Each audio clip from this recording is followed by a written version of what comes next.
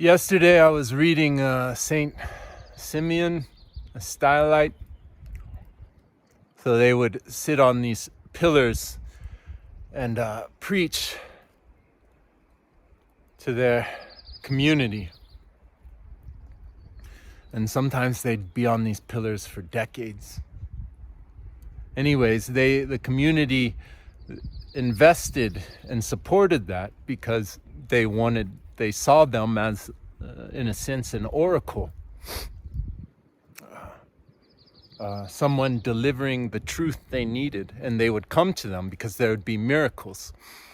And there's this scene or this event that took place where this governor from Palestine, he had a condition, he had sclerosis,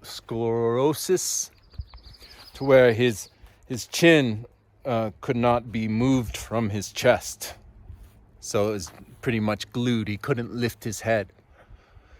And so he was being carried on a litter, this governor from Palestine, carried on a litter by his slaves. And he had his slaves carry him to the Saint Simeon.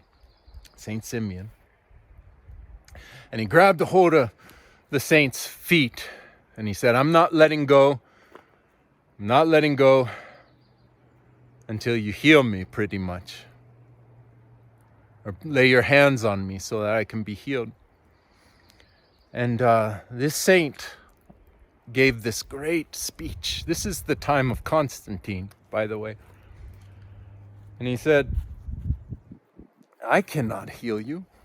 Don't fool yourself. I have no power to heal. And he said, I am the least. I'm just a wretch as everyone else. It's God who heals. Now I'm paraphrasing and giving my own meaning to the words he used, but it's God who heals.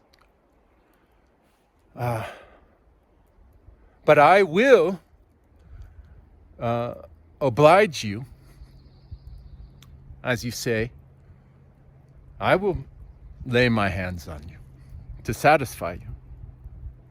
Because you say you won't let go of me. Well, I'll go ahead and do that.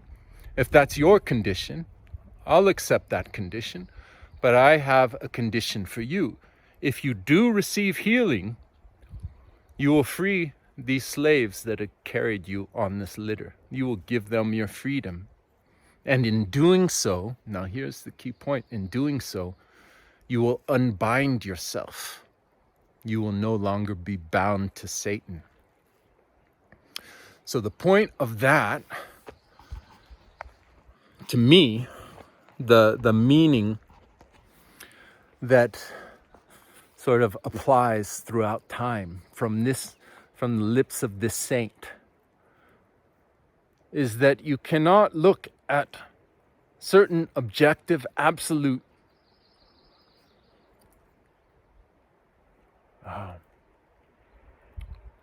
mortal sins.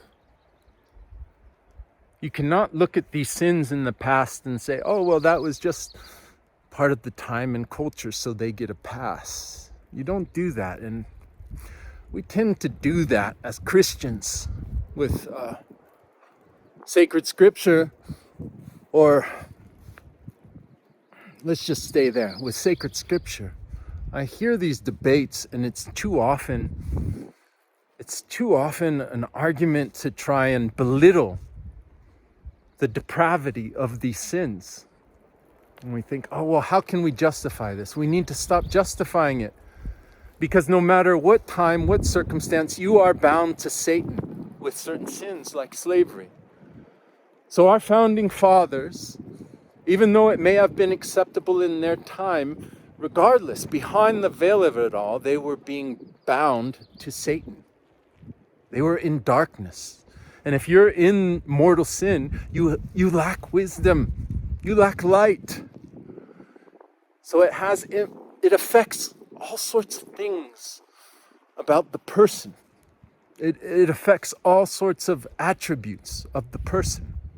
Diminishes them. And there are always people in these times who do not allow themselves to surrender their lives to the world, the flesh, and the devil, to the darkness. The grace of God is usually there, and you will find it. There will be someone who has eyes to see the evils. These certain evils are objectively and absolutely evil, no matter the time, no matter the society. Yes, perhaps you may be saying that certain people are less culpable, so the consequence of their evil may not be as bad as someone who has more understanding. But there will be a consequence, and it won't be a good one, and it still is a mortal sin. So there's no need for us to diminish the darkness of sin. Regardless of the time, regardless of the circumstance, the sin is the sin. When no one's looking, you still have to do the right thing. And maybe no one was looking in their culture, in their time, but they still don't get a pass. And they still had to suffer the consequence, if not on this side of eternity, into the next.